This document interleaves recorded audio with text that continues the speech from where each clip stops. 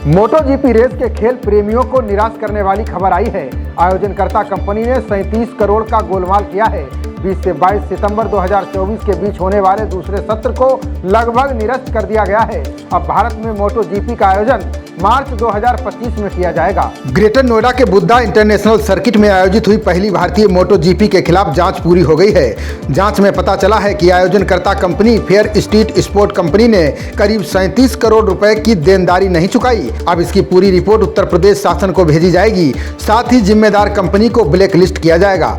इस बारे में यमुना प्राधिकरण के सीईओ डॉक्टर अरुणवीर सिंह ने हमारे संवाददाता कैलाश चंद को विस्तार से जानकारी दी है।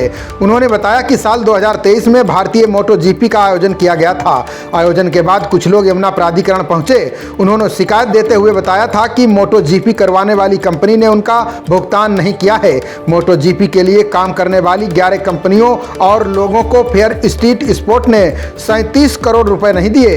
इसकी शिकायत आने के बाद जांच शुरू हो गई। अब जांच में शिकायत सही पाई गई है।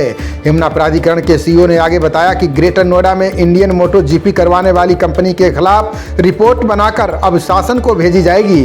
जांच में यह पाया गया है कि कंपनी ने वेंडरों से पूरा काम करवा लिया लेकिन भुगतान नहीं किया। यह बेहद गंभीर मामला है, इसलिए फेयर स्ट्रीट स्पोर्ट को ब्लैक लिस्ट भी किया जाएगा। इस मामले की शिकायत गौतम बुद्ध नगर के ज्वाइंट पुलिस कमिश्नर के पास भी की गई है। जिन लोगों ने मोटोजीपी के लिए पैसा लगाया वो अपने आप को ठगा महसूस कर रहे हैं। दूसरी ओर फेयर स्ट्रीट स्पोर्ट कंपनी के दावे भी झूठे निकले हैं। बता दें कि मोटोजीपी कंपनी के कमर्शियल राइट ऑनर और नोएडा में रेस के प्रमोटर्स फेयर स्ट्रीट स्पोर्ट और यमुना अथॉरिटी के बीच MOU साइन हुआ था, जिसमें कहा गया था कि मोटोजीपी कंपनी के इस आयोजन पर 472 करोड़ खर्च करेगी, यानी देश में 472 करोड़ का निवेश आएगा।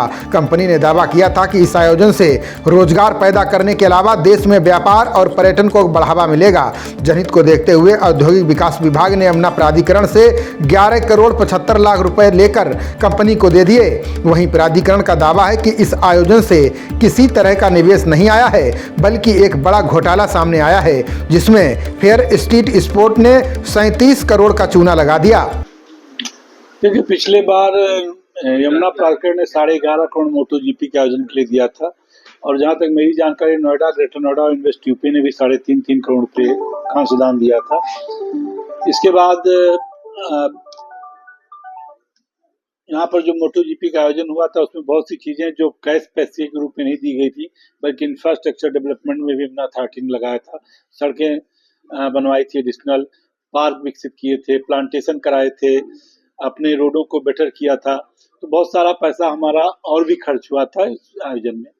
लेकिन अब इस आयोजन के बाद तमाम तरह की शिकायतें आ रही थी कि लोगों के पैसे भुगतान नहीं हुए। सबसे बड़ी शिकायत तो जेपी ग्रुप की है कि उनके ट्रैक पर जो पैसा 22 करोड़ रुपए था उसका भुगतान आज तक नहीं किया गया है। ये फेयर स्ट्रीट कंपनी द्वारा, जिसने मोटोजीपी का आयोजन भारत में कराया था। इसके बाद हमने एक पब्लिक नोटिस दी थी कि जिन लोगों के पास के अभी ड्यूज बाकी हैं वो आकर के अपनी बात रख सकते हैं, हमारे सामने अपनी बातें बता सकते हैं। तो सभी लोग आए मेरे पास और सबका एफिडेविट सबने दिया है।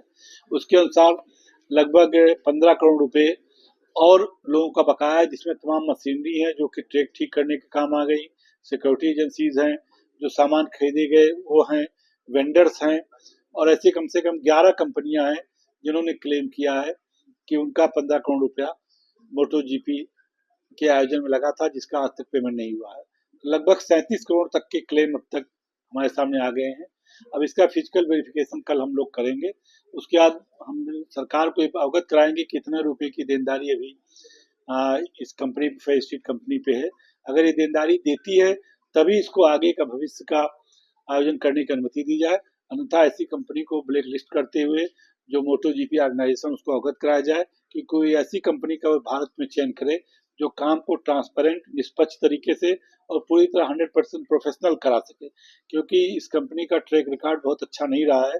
और जो इस तरह के लोग आके बातें बता रहे हैं, जिस तरह का बकाया है, उससे काफी संदेह की स्थिति उत्पन्न हो रही है कि कंपनी ने ट्रांसपेरेंटली कोई काम नहीं किया। खबरों का सिलसिला जारी रहेगा, देखते रहिए जनप्रवाद। नमस्कार।